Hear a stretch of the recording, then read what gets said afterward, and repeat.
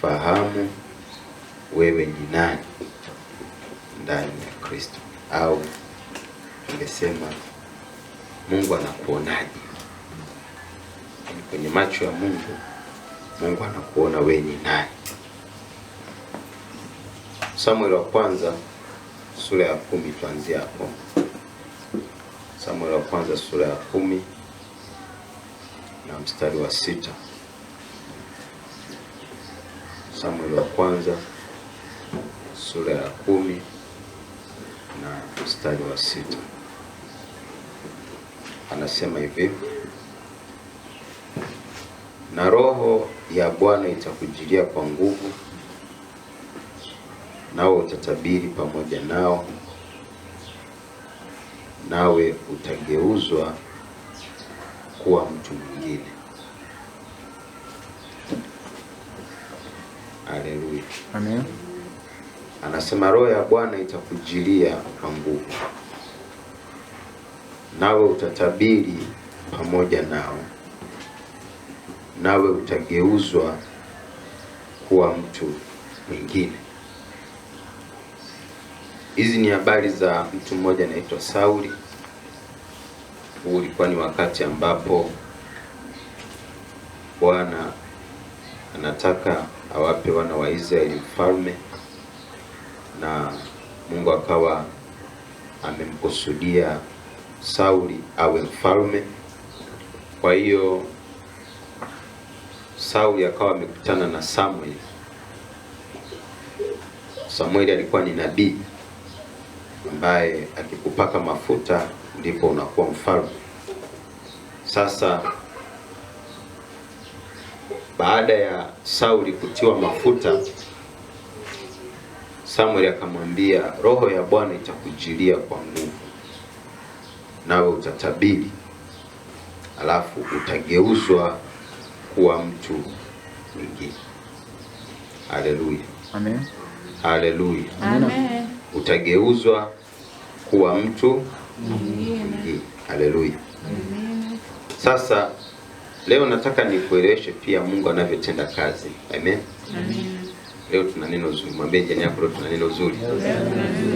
Huyu Sauli kabla hajapewa kukaa kwenye kiti cha ufalme, kwanza aligeuzwa kuwa mtu mwingine. Amen. Kwa hiyo akapakwa mafuta. Baada ya kupakwa mafuta, Samueli akamwambia utageuzwa kuwa mtu mwingine. Ukishakuwa mtu mwingine, ndipo sasa utakaa kwenye ile nafasi ya kifalme. Kwa hiyo ni kama vile Mungu kwanza anamgeuza huyu Sauli ndani yake awe mfalme kwanza. Haleluya. Tuko pamoja hapo? Anamgeuza kwanza ndani awe mtu mwingine. Akishakuwa mtu mwingine ndani, ndipo sasa huku nje anakuja kukaa kwenye ile nafasi ya kifalme. Tunapookoka tulijifunza ile wiki ya Roho Mtakatifu kwamba tunazaliwa kwa roho. Haleluya. Kilichozaliwa kwa mwili ni mwili, na kinachozaliwa kwa roho ni roho. Kwa hiyo tunapookoka tunazaliwa kwa roho. Tunapozaliwa kwa roho, roho zetu zinafanywa upya. Haleluya. Ukisoma ile Wakorintho wa pili sura ya 5 mstari wa 17, anasema hivi. Wakorintho wa pili sura ya 5 mstari wa 17, hata imekuwa mtu akiwa ndani ya Kristo amekuwa kiumbe kipya, ya kale yamepita, tazama yamekuwa mapya. Neno letu linasema fahamu wewe ni nani ndani ya Kristo, au Mungu anakuonaje. Sasa Sauli anaambiwa utageuzwa kuwa mtu mwingine. Huyu mtu mwingine ni nani? Ndiyo hapa anasema kwamba unakuwa kiumbe kipya. Kwa hiyo Sauli anageuzwa kuwa mtu mwingine. Huyu mtu mwingine ni yupi? Ndio kiumbe kipya. Anayegeuza ni nani? ni Roho Mtakatifu. Haleluya. Kwa hiyo Sauli akaambiwa Roho Mtakatifu atakujilia kwa nguvu, alafu utageuzwa kuwa mtu mwingine, utafanywa kiumbe kipya. Tukienda waraka wa kwanza wa Yohana sura ya 3, nataka tuone unapogeuzwa kuwa mtu mwingine unageuka kuwa nani. Waraka wa kwanza wa Yohana sura ya 3. Waraka wa kwanza wa Yohana sura ya 3 mstari wa kwanza anasema, tazameni ni pendo la namna gani alilotupa Baba kwamba tuitwe wana wa Mungu, na ndivyo tulivyo. Kwa sababu hii ulimwengu haututambui, kwa kuwa haukumtambua yeye. Glory to God. Yani anasema hivi, tazameni ni pendo la namna gani alilotupa Baba kwamba tuitwe wana wa Mungu. Kwa hiyo unapogeuzwa kuwa mtu mwingine, huyo mtu mwingine ni nani? Unakuwa mwana wa Mungu. Unakuwa mwana wa Mungu. Haleluya. Kwa hiyo wewe uliyekaa hapa, wewe ni mwana wa Mungu. Wewe ni mtoto wa Mungu. Sema mimi ni mtoto wa Mungu. Haleluya. Amen. Kwa kiumbe kipya, unapofanyika kuwa kiumbe kipya, maana yake wewe ni mtoto wa Mungu. Kiumbe kipya ni mtoto wa Mungu. Haleluya. Amina. Lakini pia unapofanyika kuwa kiumbe kipya, maana yake unasamehewa dhambi zako zote. Amen. Twende Wakolosai sura ya 2. Hicho ni kitu tunatakiwa ukielewe, ni cha muhimu sana. Wakolosai 2:13. Amen. Wakolosai 2:13 anasema hivi, na ninyi mlipokuwa mmekufa kwa sababu ya makosa yenu na kutotahiriwa kwa mwili wenu, aliwafanya hai pamoja naye, akiisha kutusamehe makosa yote. Haleluya. Amina. Akiisha kutusamehe makosa yote na dhambi zote. Kwa anaposema umekuwa kiumbe kipya, maana yake umesamehewa. Huwezi kuwa kiumbe kipya alafu kawa bado hujasamehewa. Tunaenda vizuri hapa? Haleluya. Hivi unajua maana ya kitu kipya? Huwezi kuwa kiumbe kipya afu wakati huo pia ukawa na dhambi. Ili uwe kiumbe kipya, Mungu inabidi akusamehe makosa yako yote, dhambi zako zote, maovu yako.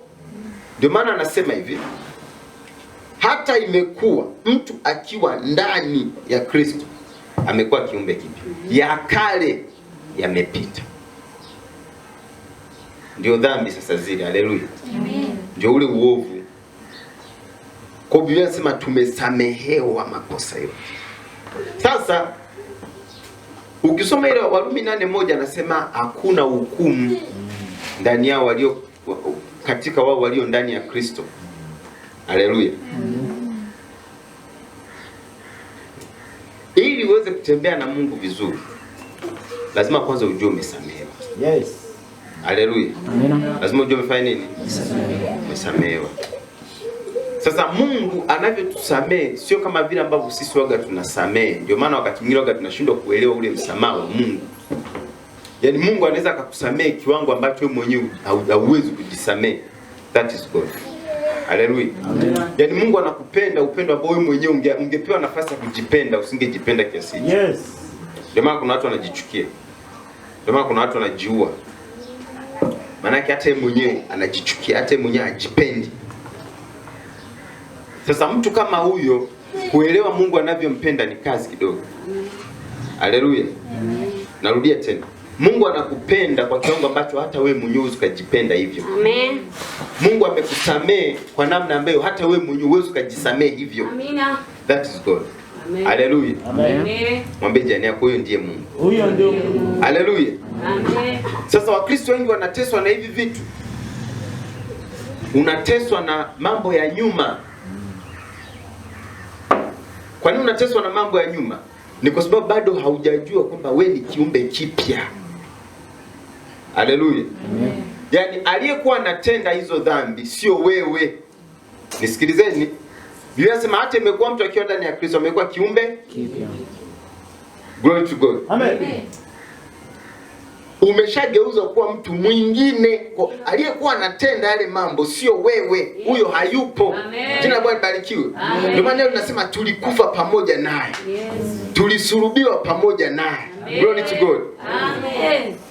Sasa kuna kitu nataka nikufundishe kitakusaidia. Kwa sababu wakati mwingine, kwa nini baada ya kuokoka ile tabia iliyokuwa inakusumbua kabla hujaokoka waga inarudi tena? Kama ni dhambi, kwa nini inarudi tena ile ile? Au mawazo yanarudi yale yale. Haleluya. Glory to God.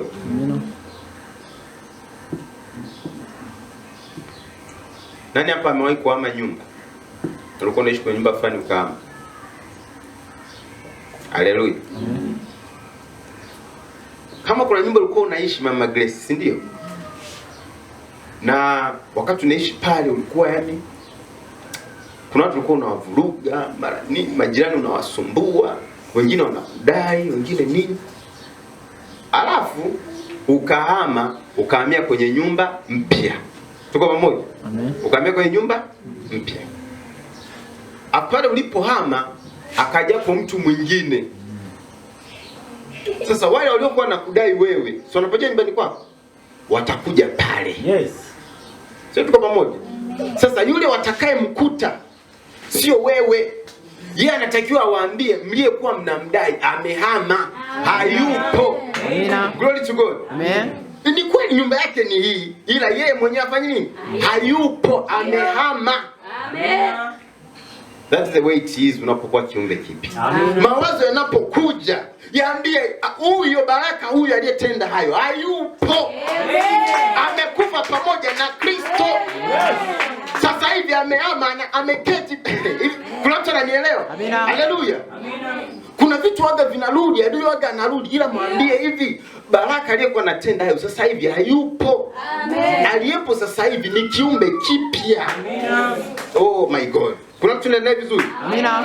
Kwa wewe ni kiumbe kipya, sema mimi ni kiumbe kipya. Ni kiumbe kipya. Na umesamehewa. Umesamehewa. Haleluya. Amen. Yes. Kwa hiyo yale maisha yale ya kujihukumu, sijui kufanya nini, dawa yake ni hapa. Wewe umesamehewa. Amen. Kuna mtu mwingine akiomba anasema ndio maana Mungu hajanijibu. No. Usijiwekee limitation wewe mwenyewe. Yaani wewe mwenyewe unajiwekea mavikwazo ya kumfikia Mungu. Na wakati Mungu ana haja na wewe. Mungu anakutamani. Alafu wewe ndio unajiwekea mavizuizi. Yaani kama mpaka Mungu alimtoa Yesu akashuka huku chini kuja kukutafuta wewe. Alafu wewe badala uende kabisa, haleluya, na wewe unaanza kusema hapa itakuwa Yesu anikubali kwa sababu ya hiki, kwa sababu ya hiki. Mungu anakuwa anashangaa, huyu vipi? Ndio maana nasema tukikaribia kiti cha neema kwa ujasiri. Haleluya. Tukikaribia kiti cha neema kwa nini? Kwa ujasiri. Nenda mbele za Mungu ukiwa unajiamini kwa sababu Mungu amekukubali. Haleluya. Sasa anasema hivi, sisi tunakuwa viumbe vipya. Tunakuwa viumbe vipya. Na tukishakuwa viumbe vipya, sisi tunakuwa wana wa Mungu. Tunakuwa watoto wa nani? Wa Mungu. Watoto wa Mungu. Yaani hapo ulipo wewe ni mtoto wa nani? Wa Mungu. Utakao jione hivyo. Utakafanya nini? Sasa anasema hivi kwenye ile waraka kwanza Yohana 3. Anasema sisi ni wana wa Mungu, lakini ulimwengu haututambui. Yes. Ulimwengu ufanye nini? Haututambui. Hapo ndo nataka nipoweke msisitizo. Ulimwengu haututambui. Na hivi ni vitu watu wengi vinawatesa sana. Kwa sababu watu hawakutambui wewe ni nani. Wewe inakusumbua. Yusufu, tusome ile Mwanzo 37, kuna siku aliota ndoto. Akawaambia ndugu zake kwamba nimeota ndoto. Hiyo ndoto niliyoiota nimeona mnaniinamia. Haleluya. Hebu tusome hiyo mistari kwa ufupi. Mwanzo 37. Kwa mtu mwingine labda haijui hiyo kwa faida yake. Mwanzo 37 mstari ngapi? Wa 5. Mwanzo 37 mstari wa 5. Yusufu akaota ndoto, akawapa ndugu zake habari, nao wakazidi kumchukia. Akawaambia, tafadhalini sikieni ndoto niliyoiota. Tazama, sisi tulikuwa tukifunga miganda shambani, Kumbe mganda wangu ukaondoka, ukasimama na tazama miganda yenu ikazunguka ikainama mbele ya mganda wangu. Ndugu zake wakamwambia, je, kweli wewe utatumiliki sisi nawe utatutawala sisi? Haleluya. Yusufu anawaambia hivi, nimeona mimi niko juu yenu, nyie mnaniinamia. Wakasema, wewe unakuja kututawala? Alafu Yusufu alikuwa ni mtoto wa mwisho, kajamaa kadogo. Wakasema hii haiwezekani. Haleluya. Wakamchukia, wakampiga vita, wakasema huyu ambaye kabisa tunalala naye, tunakula naye, tunaenda naye kuchunga ng'ombe, atatutawala huyu? Wakasema huyu jamaa amechanganyikiwa. Hawakumtambua. Haleluya. Hawakufanya nini? Hawakumtambua. Lakini Yusufu hicho hakikumpa shida. Yeye alijua yeye Mungu amemwonyesha yeye ni nani. Jina Bwana libarikiwe. Kwa hiyo tunaenda naye vizuri. Amina. Haleluya. Amen. Ni muhimu ujue wewe ni nani, hata kama ulimwengu haukutambui, hata kama majirani hawakutambui, lakini wewe unatakiwa ujue wewe ni nani. Yes. Who are you? Amen. Jina Bwana libarikiwe. Amina. Yes. Kuna muda watu hawatakutambua. Kuna muda watu watakubeza. Kuna muda watu watakupiga vita. Kuna muda itaonekana kama vile haiwezekani wewe kuwa hivi ambavyo unajiona. Ila usitafute tafsiri yako kulingana na watu wanavyokuchukulia. Usitafute tafsiri yako kulingana na watu wanaofanya nini? Wanavyokuchukulia. Neno linasema hivi, ulimwengu haututambui, lakini sisi ni wana wa Mungu na ndivyo tulivyo. Jina Bwana libarikiwe. Amina. Kwa kuna muda mtu atakwambia, hivi ndio umeokoka. Usiwe na shida, ila wewe ujijue umeokoka. Yes. Haleluya. Hivi unajua kuna wale wa Kristo akipitia changamoto, unaweza kuwa unaishi na watu ambao hawajaokoka. Na unajua kabisa wewe umeokoka. Alafu wewe ndio unakuwa unapitia changamoto nyingi kuliko wao. Alafu unakuwa unakusimanga. Wewe sio wa kwanza. Daudi mwenyewe alimwambia, Mungu wako yuko wapi?